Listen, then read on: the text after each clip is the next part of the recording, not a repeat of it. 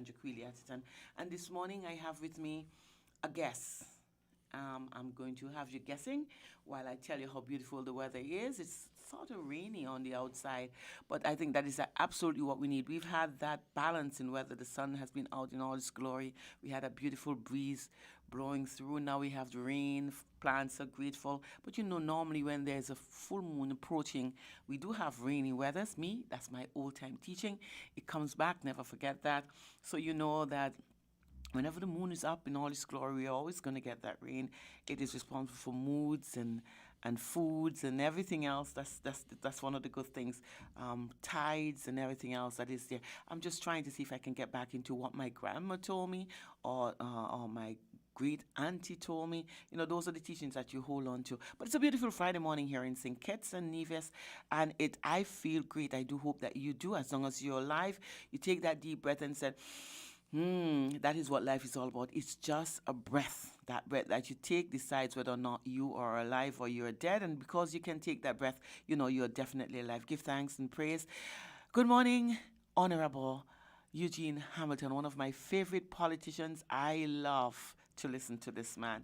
He is inspiring for me. He is very genuine for me. That is my opinion. It's a man that I've learned a lot from over the years, understood politics through his eyes and the things that he says. Man who is very knowledgeable. I think he is wise in every field and every area that he's worked in. I was very privileged to have him as a friend during the time that you had the crisis with British American, the assurance that you got from him. I find, like I said, he's a caring person. And this is me talking about Eugene Hamilton. This is the way he has impacted me. And this is the perception that I have of him. I don't know what you have. I don't know people, because everybody's going to think differently based on their desires. I have no desire of him. All that I wanted for him to do, and I would have been satisfied for that, is he would have given me some of the wisdom, or he would have, taught me certain things that I wanted to know by just listening to him. I don't even think that he's aware of it, but the things that he says, the way he operates, I admire him. Good morning, Eugene. Good morning, Sandra. Good morning. You've said some things I've never heard before. My goodness. It is the truth. I'm blown away, but anyway, I appreciate it. It is the truth. I said to you this morning when I tried to call you and I didn't get, but I know for a fact you're going to show up. You're a man of your words. Yes. Good morning again. Good morning to your viewers and listeners as well. This is the first time I'm coming on the program, Sandra. I know you tried to get me before. Too much time. But, sometimes our calendars are so packed. I know. But I made a special effort today to join you and to join your listeners and viewers. Thank you very much. It shows that you're working. Yeah. You're doing what you're supposed to do. You're always so busy and getting things organized. And because of that, we are grateful.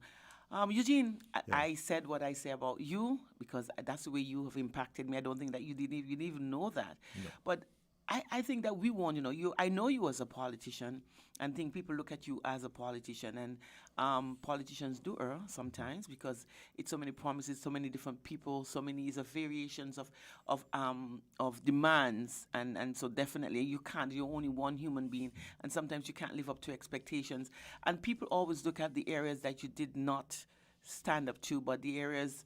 And always make note of that. But the areas that you would have performed, people tend to overlook. Who is Eugene Hamilton?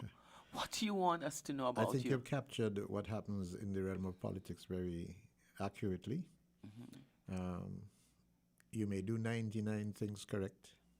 And the one thing that you maybe hesitate on, not even doing correct, but just hesitate. Mm-hmm. And, you will think that you're the worst person in the world. Yeah. After people finish with their criticism of your conduct.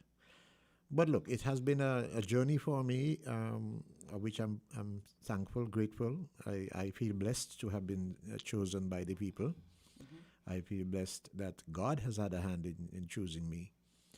I got involved in politics, and perhaps I should look more than politics, but I got involved back in the 1980s. Mm-hmm. In 1980, in fact, I should have been able to vote in 1975. But, in those days, you could only register one day in the year. Mm-hmm. And so when I was able to register, I got involved in 1979, actually, and 1980 was my first election, which I stood as the campaign chair for the then Representative Sidney Earl Morris. Mm-hmm. And so you can say I've had 10 elections since, including that one. of which Wow. 7 of them we have won, and 2 lost and 1 given away. But it's been a long journey. Along the way, I've learned a lot and have been able to garner much wisdom from some persons who have gone before me, and hopefully, I will be able to share some of what my learnings, the lessons I've learned with persons who may be interested. In, you know, one of the things is that a lot of persons who speak on issues sometimes do not understand the history. And if you do not understand the history of your country, of the issues which you're dealing with, you're definitely bound to screw it up and make mistakes and perhaps repeat history. It's true. And so it is always my approach to issues is to look at the history. So yes, I began in 1979, 1980. I was interested before, let me tell you the truth, but I was too young. I was about to ask you. Yeah, what happened? When I look at you, you look so young, and you're going back so far. What happened was when I was in my teen, what actually inspired me was really, we were in school. And what happened is that the teachers had a strike. I don't know if you know that there used to be what you call Christmas festivities. And it was not a government program. And so the engagement of persons in Christmas festivities did not necessarily gel with the views of the government because opposition took some heavy things in it. And I recall there was one that was supposed to be held in the Bastia High School ground, which is where it normally was held for years before that, had been held there. And even when the permission was given, the government chose to say they must revoke the decision. And I don't think the headmaster was in a position to do it and did not. And he suffered for it. And I think the name is Jones. And then what happened was it developed into something the teachers were going to strike. And I was in school, and then I remember the revered Robert Bradshaw and his team, who were union people, decided there will be no strike and broke the strike. And I could not, as a youngster, understand how a union person would want to break a strike. So that was one of the first things that got me interested in politics. But fast forward, really, we have come this far. I'm now a member of the cabinet. I have been elected in 2010 first, repeated in 2015 and 2020. And again, let me just repeat, I give thanks to God for His goodness, and I thank those persons in my constituency who really have shown confidence in me for a third time. And I trust that in the next few years, while we continue to serve on this earth, that I would satisfy their dreams, their hopes, and their aspirations. But I was in private life before, private sector before. I, of course, taught for 5 years. It is one of the things that still has persons in my community calling me Teacher Gene. Okay.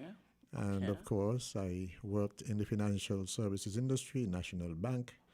I went on to insurance. I spent 30-odd years in insurance. Wow. I think it's close to 38, you know. But I have That's to a check that lifetime, number. though. But that's a lifetime, though. And of course, most of which I had been in some management. In fact, after 3 years working with British American, I became the manager there in St Kitts, responsible for St Kitts and Nevis and Anguilla. And it continued from there. Had some success there, which then got National Caribbean Insurance to be interested in me. I did not accept at first, but then afterwards I said, listen, you know, my government was in power, they needed me. Why should they go to England to get someone? So then I joined National. And I will think that those were some years which still stand out as perhaps the best years of National, the transformation that I was able to bring to that organization, changing the pyramid structure of its management, and of course, having the company move from a company after 16 years doing $5.1 million, it moved from 5.1 to 14.2 million in the next 6 years. So I think I had I made an impact there. Well, let me put it differently. The people made an impact with my help. Wow. And so I like that. And so it's something which is still a good record. The actual report, which is done every 3 years, revealed that. And so I don't have to speak for myself necessarily. I just put the facts out there. Yeah. And then, of course, 1995 came and the government changed, and you know what happened. I was booted out at the 31st of October, and then I started my own insurance company, and the government they would not give me a license to operate. And here was I with 3 children, a wife, a mortgage. As a matter of fact, when I was booted out, my mortgage went from 4,000 plus per month to 6,000 per month and no income. Interest rate. And so the mantra on the street was, we're going to sell the house. In truth, I had just built my house 1994 and got booted out in 1995. Wow. So it was a really difficult time. People would not know that I went through that period. I remember my mortgage then got in arrears. Luckily for me, after giving me no license, I decided, you know what? I'm going to go back and do what I was doing before, which was working for British American Insurance. It took me about 4 or 5 years to get to a point where I was able to then reorganize my mortgage, get myself back on track. Wow. And I'm grateful because the truth is, looking back, the difficult years perhaps were the best years of my life because it's helped to shape me into what I am today. So I'm here now as the minister and the representative for constituency number 8, and you can ask me anything.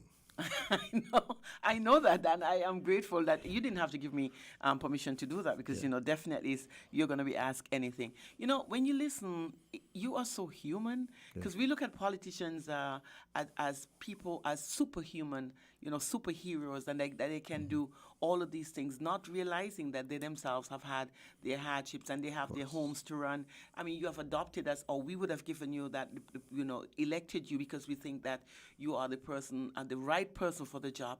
But at the same time, I think that sometimes we ask for too much, not having an understanding that you guys have a life too outside of politics, and you have your own demons and own struggles that you have to deal with. Well, here, if I can add, here you're a representative, you're a politician, and everybody, almost everybody, would look for some kind of assurance, guidance, maybe even assistance and help, financially and otherwise, from this politician. You come into periods where, you have COVID, people are out of work, people need help, you reach out and help people, you provide lunches, you provide some package of food, and at the end of it, you have an election, you win. The election is won, and a petition is brought against you. The petition failed for whatever reason, and then your opponent goes and summons you as a criminal because you were giving people food. Goes and summons you and say you're guilty of bribery and cheating, when, of course, my opponent was doing the same thing. Oh, politics. Giving out food. So now on Monday coming, I have to be in court to be arraigned for being a criminal. For feeding people? Yes. That's what I'm saying. Politicians go through these things people don't realize. It's crazy. It never ceases to amaze me why people. I like politics. It's for me. It's not a lifelong dream because I never wanted to be a politician, but I always wanted to be involved in politics. That kind of way. Yes, of course. I want to operate not from the back. I always want to lead from front. But what I like to do is to look at the areas where I think I can help. People look at it as criticism, but it is not. Sometimes the things that politicians overlook. I mean, you as a person who has a genuine interest for people at heart, you can actually talk or advise. But when you look at see how the opposition, normally the opposition is not really the person who is in government. But when you look at situations like this where it's for me, it's the twisted minds of some politicians. No, you're doing the same thing. The hypocrisy. That's right.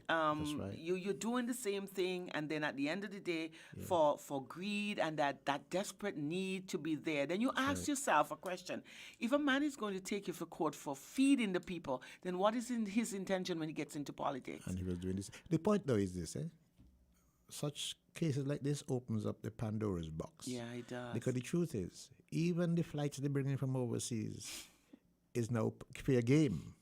Yeah. It's fair game for the same bribery. charges, Yeah, it's right? not bribery. And it's been done by them all the time. So, but I don't want to dwell on them because the truth is, I leave those people in the hands of God because God is with me, Always. Always with me, Yeah. and I will be guided.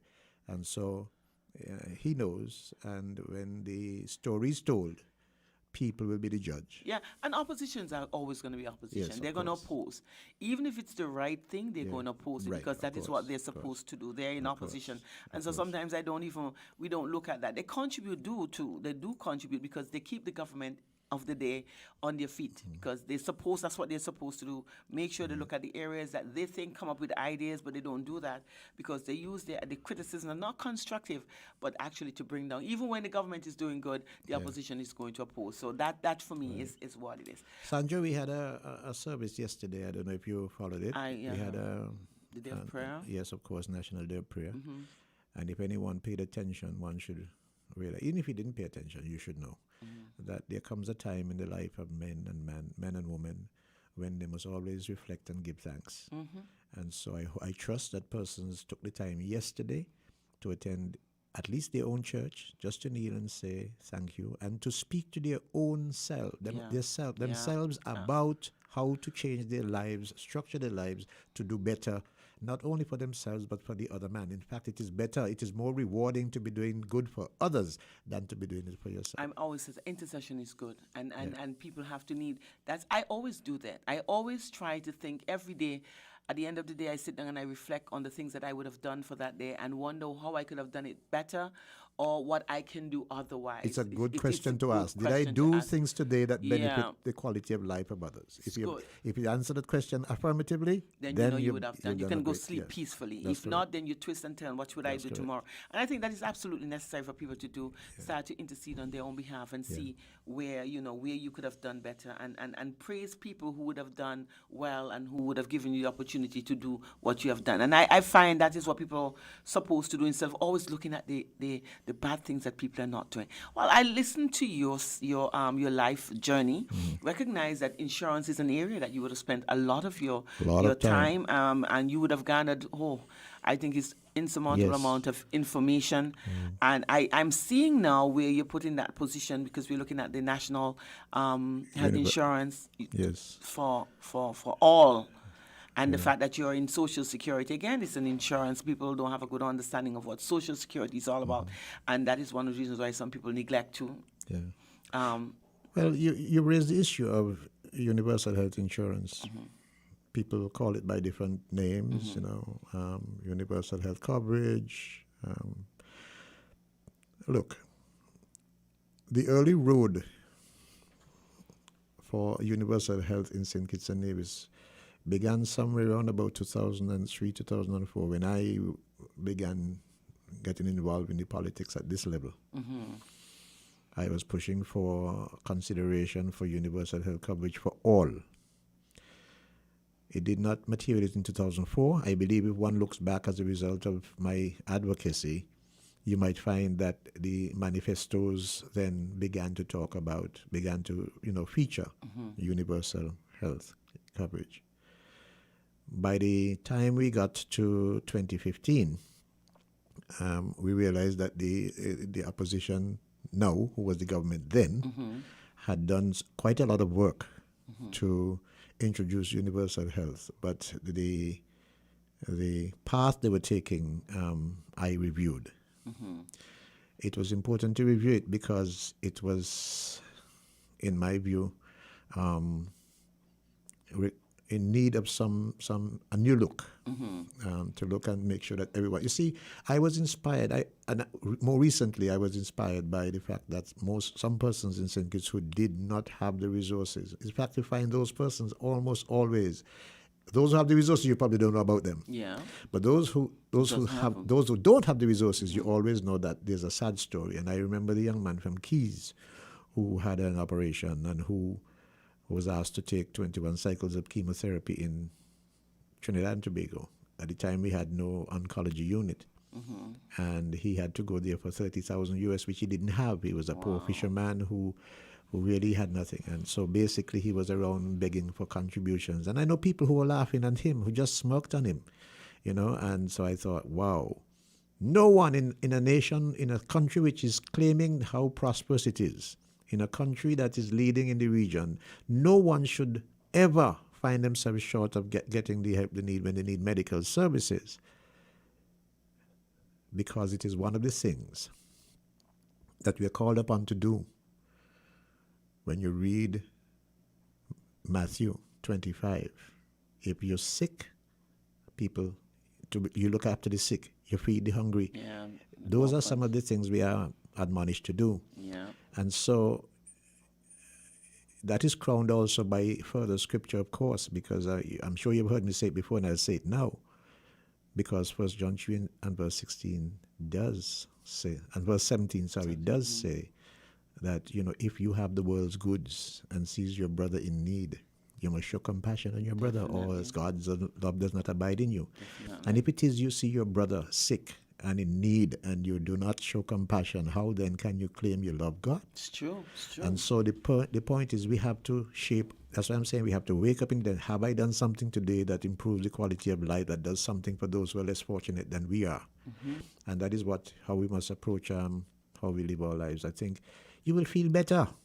It is the satisfaction of feel better. Yeah, you see, and I like what you just said, because you have those GoFundMe things that people are asking now for help. Right, and a lot of people don't bother with it anyway. No, people don't care about it. And so we talk about universal health, and then I realized that Obama came to presidency, I think it was 2008, and he began to talk about what's happening in the United States. And of course, I noticed the World Health Organization took it on, and they're talking about, when they frame the Sustainable Development Goals, all centered around human health in a way. Most of them have an impact on health, right? And so I think it's goal number 3, which speaks specifically about health. But then they began to promote also the World Health Organization, universal health coverage in countries. And so it gave more fuel to what we were doing for us to continue to. When we came to office, there were so many challenges in 2015 to 2020 that we had to look at reform, and we have done that. We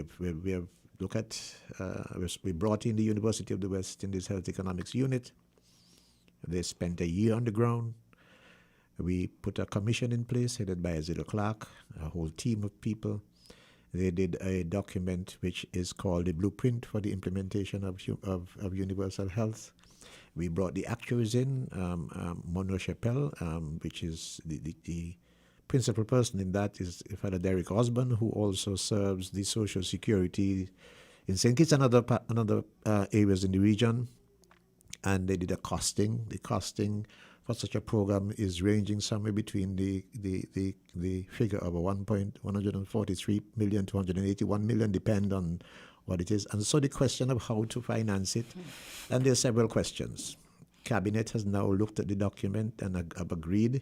We are committed to it. Wow. And Cabinet says, look, let us put a committee in place to fashion the implementation. That's where we are now. In other words, we could rush and do it and buckle on the way. Definitely. Or we could take our time and do it properly and have it sustained for a long time. That's basically the approach. So that committee is going to be looking at it, and we will have a decision. As a matter of fact, we know that we want the legal framework to be in place. We were targeting July to get that done, and hopefully we'll be on time with that. Once we get that in July, the rest of it will be, what are the benefits we're going to provide? When are we going to start? How much contributions, because people have to contribute. People must take a stake in their own health. And one of the things that I hope will come out of this is an education program so rigorous that individuals will be concerned about their health, not when you get sick, but before you do get sick. You have to be proactive so and that's not the reactive. Point. And it's good that you would say that, because you've said things that people are not aware of. Yeah. People are saying, oh, you hear about this universal health thing. But one has to understand it's not something you say and it's affected. And the very same people will say, when you say pay $1. Oh, we had to pay for it? Well, you have to. I look at the Dutch system. They have a similar system where money is deducted from your salaries. And at the end of the day, you get sick, you walk with your doctor card. I was like, oh, my gosh. Yeah. I see my sisters do that. They always refer to their doctor card. Everything you do, it's on the doctor card. And I'm like, wow, when can think it reach to that point? Yeah. You see, the fundamental principle we love large numbers. You have large numbers of persons into one pool. Some may say, well, I'm not going to get sick, and maybe not. But you don't know. No, everybody's inevitable that we are all going to get sick at one point or the other. Because of the numbers, it makes it more affordable, if you will, on all. And when the benefits, let me tell you, for example, there are persons at Social Security now who have contributed maybe 200 and something thousand who don't get paid out $1 million. It's true. So therefore, I use that as an analogy for the health care. There are persons who may only pay 5 cents. but you don't know they will get some disease, something that costs $1 million. Cancer is over there. It's And always we there. don't know. I've had a friend who died because of the inability to pay for chemotherapy. Wow. It's sad. Yes. And I've looked at it and say, because she's been asking, and people can only do that much because everybody have their families that they have to look after too. So you can only contribute that much. And when you have a system that when you have a government that is vigilant enough, who is wise enough and who can look beyond themselves and to the healthcare system of the country, I applaud them. And it has nothing to do with politics. And whether or not it has to do with politics, I think that is one of the things that one has to take into consideration. When we see that I have another friend, same thing. I mean, you could not afford. I mean, you as an individual taking up $1,000, $2,000 to help, and you realize that $1,000 or $2,000 is not enough, and then you have to dig deeper because you started the journey, and then you realize at in the middle of it you can't continue. Then you sit down and all you can do is cry. But when you have hope in a government that can provide a system that would benefit all, I am Listen, grateful. I have a friend. His name is Mickey Weintraub. I don't know if you know Mickey. I don't know. He's not a Kittitian by birth. He was born in the United States of America. He's a lawyer, but he has been here for nearly 30 years, not practicing law. He's here just doing philanthropic work. Wow. He has raised millions of dollars for individuals who find themselves strapped and trapped, looking for support to go to do some procedure somewhere. Children needing $99,000 to have procedures done. So many persons with cancer needing hundreds of thousands to get things done. I'm going to try and find a document that I have with all of some of the figures, but you're talking about millions of dollars. But we know what chemotherapy, the cost of chemotherapy and radiation therapy is. We know, everybody is supposed to be aware of the cost of it, how costly it is. Yeah. I mean, and that is one of the reasons why most people die, is because of the fact they cannot afford the treatment. And so here we are, and you're right. You're right, Sandra. And here we are at the point where I want to give a notice to persons that when we are ready to roll out, it will involve persons paying. it is, it must. You have to contribute in every place, in every world. Like I said, the monies are deducted. Yeah. And so sometimes you have no control of how much government will take out because you have to pay for it. Right. And government will do its part, I can tell you. Because obviously there will be persons who are involved in this program who are not working. Yeah. You have all of the school children who are not working. You have some people who may be retired and have no income. So there will be persons who will not be able to contribute to the fund. But families, parents of children who are working, will be contributing. And then of course one of the things that I would like to see, and I would hope that we can put in any policy framework that governs the way it works, and I will insist upon it, is for us to focus on preventative methods of care. It is better, in my view, for us to spend money at the front end to keep people healthier longer than to be Fixing sick bankrupt people. at the back Yeah, end. it's true. Trying to fix sick people who are already That's sick. the point. And so I look forward to the day when we can launch. I did ask the opposition in Parliament, then Honourable Marcella Liber was there, if she will second the motion. I haven't got an answer yet, but I will ask the new ones. I think they would, because they would benefit from it. And that's one of I'm looking forward to the day when our politicians would rise to the occasion of maturity, to maturity, where they would recognize that the people would have seen that sometimes you need to look at other new vision, people who have better ideas, and see if you can. But apart from, let's look at it this way. Today we're in government. Tomorrow, If tomorrow they're in government, you're going to scrap what's going on? No, you're crazy. So therefore, it's better to be part of it. So you are fully appreciative. Yeah. If you don't know the history because you just come in green, and then you're likely to take decisions that will cause us to reinvent, to do things that we ought not to do. So it's always good. Look, when I went to Parliament the first time, if you recall, one of the things that I suppose I became famous for was asking questions of the government. It's true. It's true. I had written a letter to Dr. Douglas at the time and asked him to give me the opportunity to visit every department of the government while in opposition so that I could understand what goes on in government. So when you get there, Because you the know. day will come when I will get there, and I don't want to be green, and he should not want me to be green. Exactly. Because So it's a not about him. continuation. It's a continuation of the.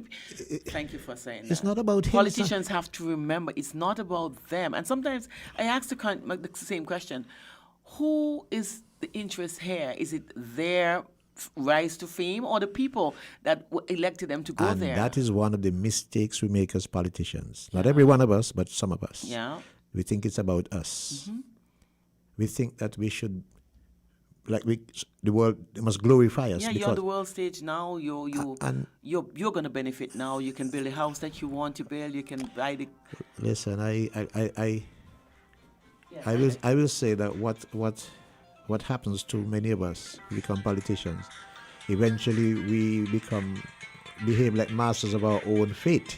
Yeah, I know. And as a result of that, everybody else is like subjects, while some behave as kings. Sorry about that. And if you can't be a king and you don't wear a crown.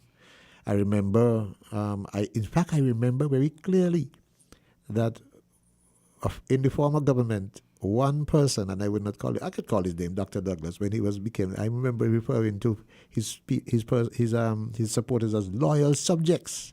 Wow.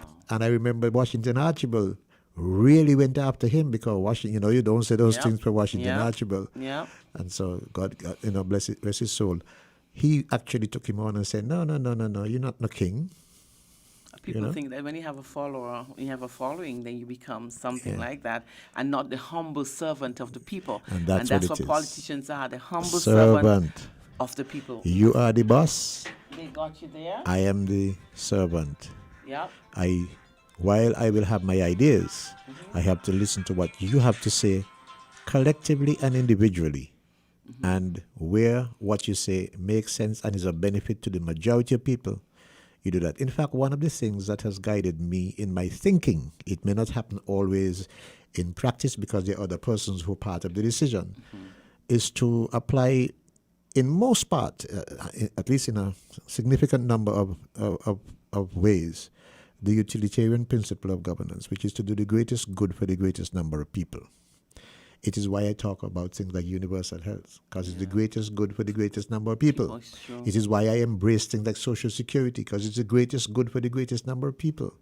Those are the things some of the things, you can't do everything that way. Of course not. But certainly some things. In other words, government is in a position to harness the resources without necessarily enslaving anyone, to provide the resources to do good for the greatest number of people. And that's what government is for. But there are many things that individuals have to learn to do for themselves. And I am glad that you said that, because it's one of the things that we always do. We look to government to provide everything, not understanding that government has to find money. And it is their money, coming out of the thing. And they don't want to do that. It is their money, because when you go to buy things in the store, your taxes are on it. Exactly. And when you force government to pay for everything, then taxes are going to go up on you, because Right. government has to find money. But people don't have to understand. And when you pay for the vehicle, your wheel tax and everything else is your money. It's your money. So you And can't. if you're not enough, government will up it a bit. Exactly. So the greater your When- demands, it's the greater you pay, and people don't realize that. Yeah, so people have to understand that look, there are many persons who want it free, and if it's free, take two. And they take Rather free than to say, sometimes. listen, let's be more prudent in our actions and our conduct. Let's be thankful with what we have. Let us preserve what we have. Too many of us, even in COVID, Wastage. think that we should continue to spend as if Wastage. and the government must find it. Even though the government itself It's has struggling. lost significant revenue from the fact that there are no planes coming, no boats coming, no tourists coming, and the revenue is down significantly. They think the government's supposed to find it. The government is not making money. We don't print dollars. It has to come from the people. And I think it's the ignorance that we have as a people. We have the lack of information that we have. A lot of people are growing up, and they think that they don't understand where government resources come from. They don't understand They think it. that government has a responsibility to its people, They don't not understand realizing that government has to have resources in order to satisfy the needs That's of, right. of its people. That's right. And we listen on political platforms. We listen to you ranting and raving and not informing the people that these are the situations. And so later on, when you enter you go into you become the government. People have these demands, and because these are the promises. Because I find people, when you're campaigning more, it's the information that goes out is sort of toned down because and people feel like, oh, they've been fooled, because we do not spend time on the issues. People tend to spend time on looking at the opposition, or trying to say, basically, I'm looking for a word, I can't seem to find it. Yeah. But you try to make sure that people look at your people who you're competing with as criminals and all the other things, and not giving the information that is necessary. And so when you enter as a government, people think that, oh, all of these promises that you make, the houses that you're going to build is for free. The lands that you're going to give out is for free. Ooh. Only a vote, and after I would have voted for you, I think I these are the things that I'm basically privileged to and should be given. Some politicians have, in their rhetoric, perhaps given some persons the way to think, the feeling that, look, it's yours, you can have it for nothing. It's unfortunate, because the truth is, it's not the politician's own. Yes, it's true. I mean, you're going to say, for example, NHC must borrow money, build homes, people occupy the homes, and then everybody don't pay. I'm not saying that there will be some people who cannot pay, because if it is that you find a real indigent person, you shouldn't have him sleeping on the thing.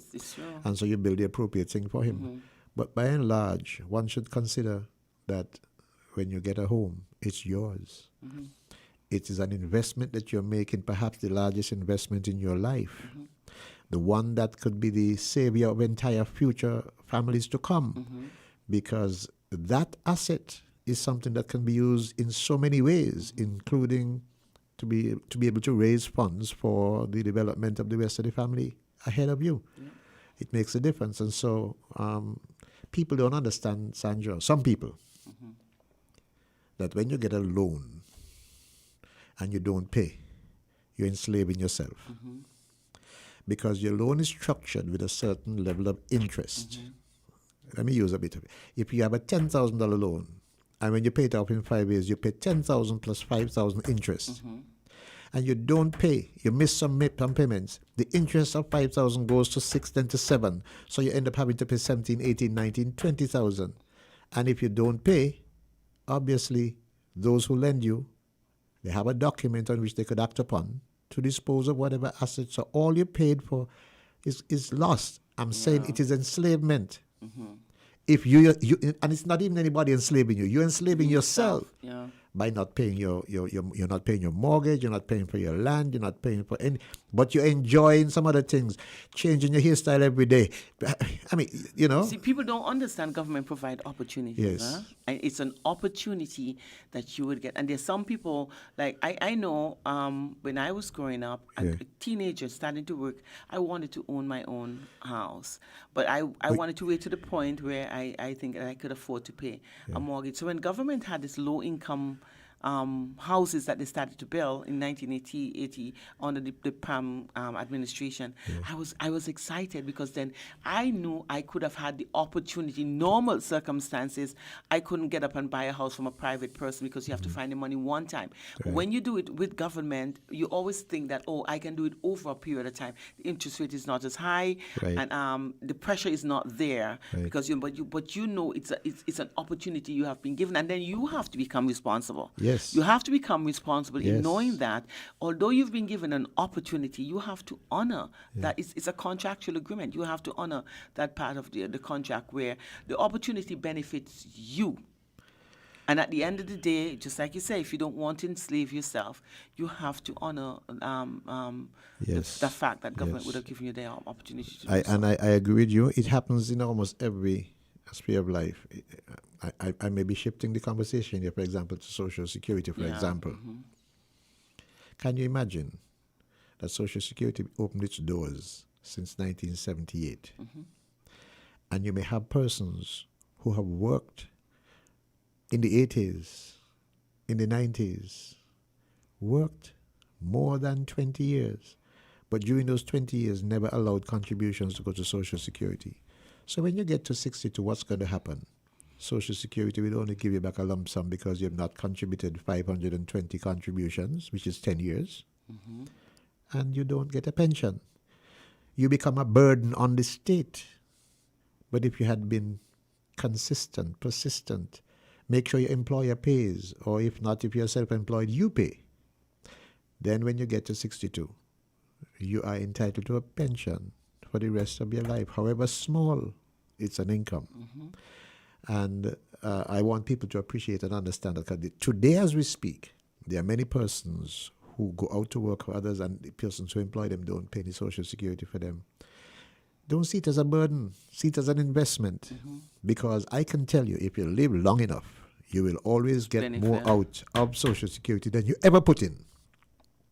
So see it as an investment. You see, but you have the detractors out there who try to tell people, don't pay Social Security. And now, especially since the COVID-19, and you recognize now that you have gone to Social Security and Social you Security. mentioned COVID-19. Yeah, COVID-19 has shown us how important it is to contribute to Social Security because it's a bailout. Social Security paid out over $22 million on this relief funding, you would say, to people of COVID, which it didn't have to do, No. Because there is no benefit assigned specifically to do that. Yep. But when the rubber hit the road and 8,500 persons were out of work, government had its responsibilities and stood up like a champion. That is what happened. And so you found that for April, May, and June, government provided up to $1,000 for persons who were out of work. And again in September, we did the same. So 4 months of the year, government provided up to $1,000 for persons who were affected by COVID. And you know what is the unfortunate thing? Again, people expect the government to do this until eternity. How is it possible? But I want to... Where is that millions of dollars going to come from? So if you're now getting 1,000, which is really a gift from Social Security, you should look at slowing down your spending. Do some of the things you have to categorize with it. Listen, if you are accustomed to drinking beers and you drink 4 beers every Saturday, call that $20 every Saturday. Multiply 20 by 52 weeks and you see what that is. And by 40 years, you see what that is. Well, during the COVID period, you could do without the 4 beers. But that's why I was so glad that you had lockdown and the government had to implement that. Lockdown curtails spending, unnecessary spending, huh? Right. Because people were not allowed to go to the bars and we hope, and that's how I looked at it. I was glad because government used that as a way of not only to stop the spread of COVID-19, but to help people who doesn't have an income that to stop spending. People didn't look at it that way. But listen, look. You have been to Sunday school. You've heard the story of King Pharaoh and his dream. You know that when Pharaoh dreamed about the fatted cattle and the lean ones, what happened? The fat one devoured the lean one. The time of famine, And the same thing happened with the ears of corn. Twice the dream. And nobody could tell Pharaoh what his dream was. He wanted that interpreter. You know who actually interpreted that? Was a man in jail. Sold by his brothers. You see how God does make things what happened to you turn out to be sold. That's the rainbow. It's true. That's the rainbow behind the dark clouds. But what I want to come to is what Pharaoh did as a result of learning that. He built more barns, he stored up more grains so that when the famine came, he was prepared. He was prepared. Yeah. And so during that same period of famine, the same family who sold him didn't even know him. And there he's the one who discharged. Joseph. Yeah, he was so the when one. So I'm saying, these are lessons. Nothing is new. These are lessons. When the going is rough, you conserve as much as possible. You slow down. You put aside for a rainy day. That's basically the point. But it matters not how you teach people because they would have experienced it. And Yeah. teachings, I find we as humans, we have this way of, we are very reactive. We are not Yes. proactive. And we always, when situations present itself, then we try to run to areas that we didn't make provisions for. Right. But we run to the bank and there's no money because we never saved. Right. We run to areas that we didn't put anything in and hope that we would find something there. And we do it over and over again. And if we have a similar situation again, the government is going to find itself in a similar situation where and people think that government has a responsibility of doing that, which is not true. Government does not have. You take a government who's caring and who understands the hardship of its people and would want to do that. But people have to realize it is not government's responsibility to run your house on a day-to-day, No, a daily it's not. basis. It's not. I've been lucky, Sandra. I'm shifting again because I realize you have an hour, and I notice the time is rolling very quickly. Yeah, I noticed that. But I've been lucky. I've been fortunate. I've been fortunate. I think God has had a hand in my journey. I remember for the first time out of my career, I was out of a job in 1995. God put me back on the road at British American. And by the time the turn of the century, 2001 to 2008, it was far better than where I was in terms of income. Yeah. And so when the time came, and again, British American had its problems, everybody thought, this guy's doomed. I know. And again, God had a hand in making sure I got elected. I went to Parliament in opposition. And with all of what went on during that period where the Parliament was suspended, but where the country was actually in the hands of people who I will say. Yeah, the description you don't. Yeah, let me leave the description. Yeah. Let me leave the description. Yeah. I was going to say hijack. Yeah. The country was hijacked for 26 months or thereabout.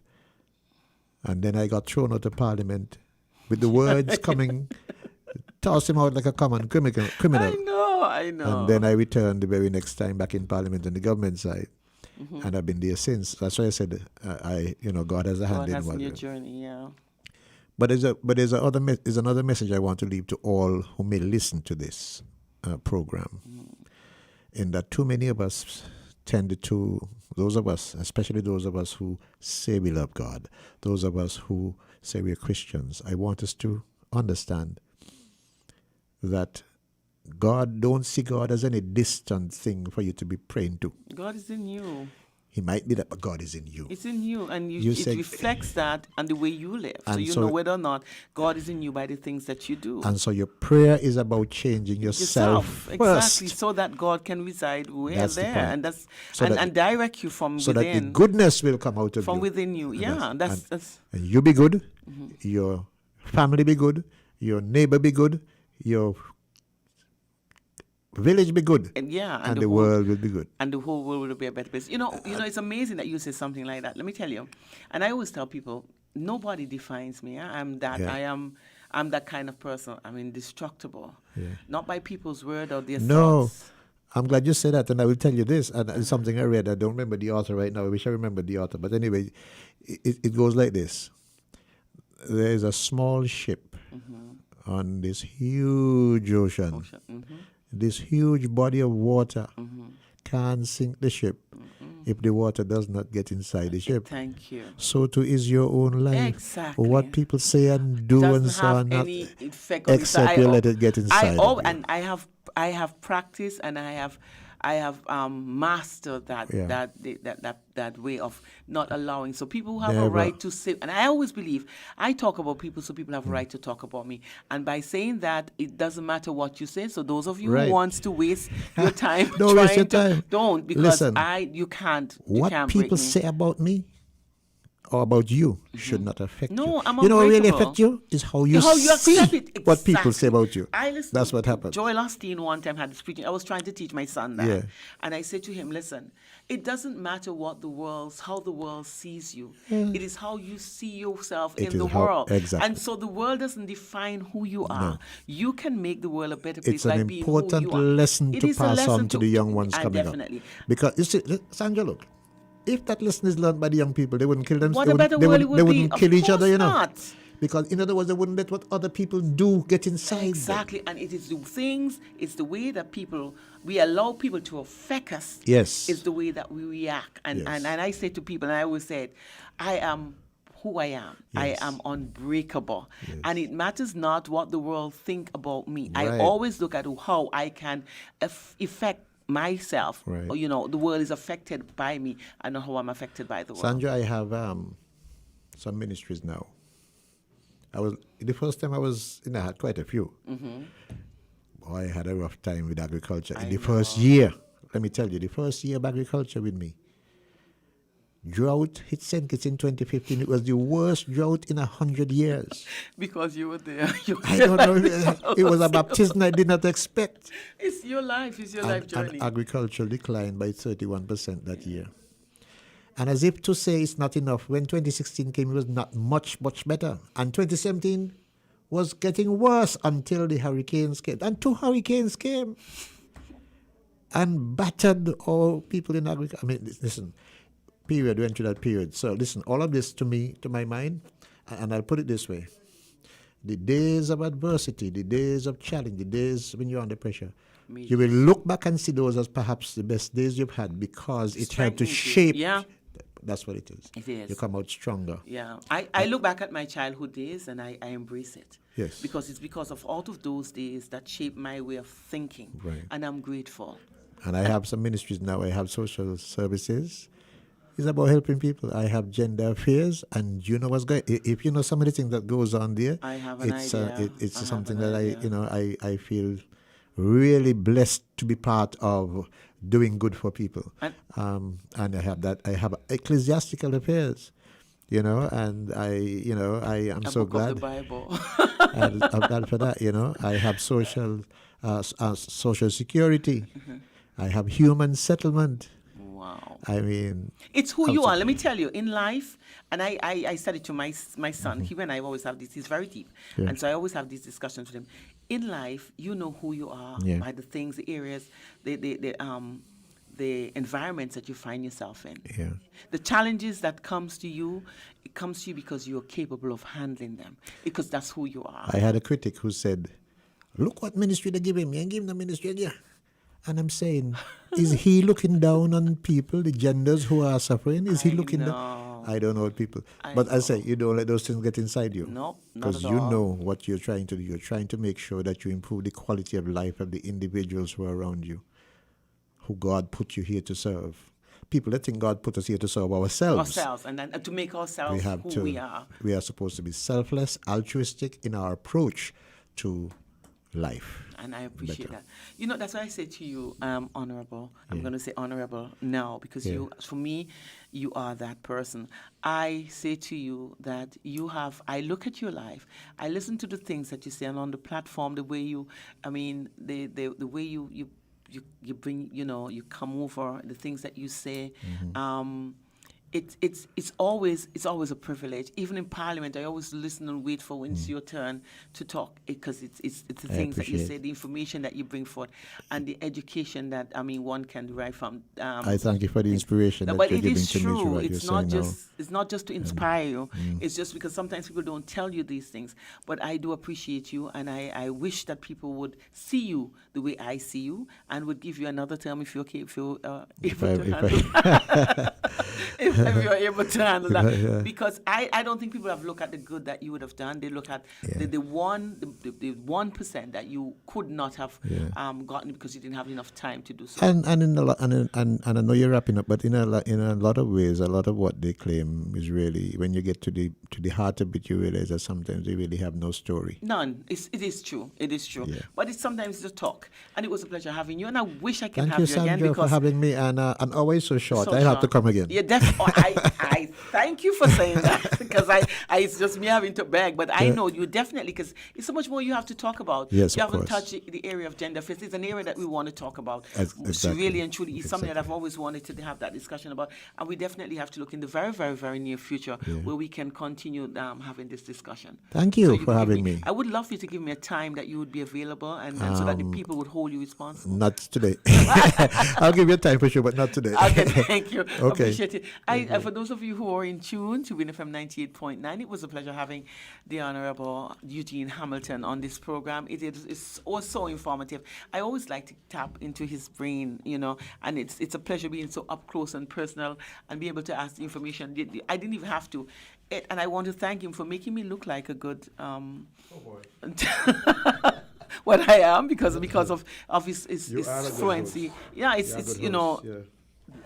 that's what make me look like I know what I'm doing, and I appreciate that.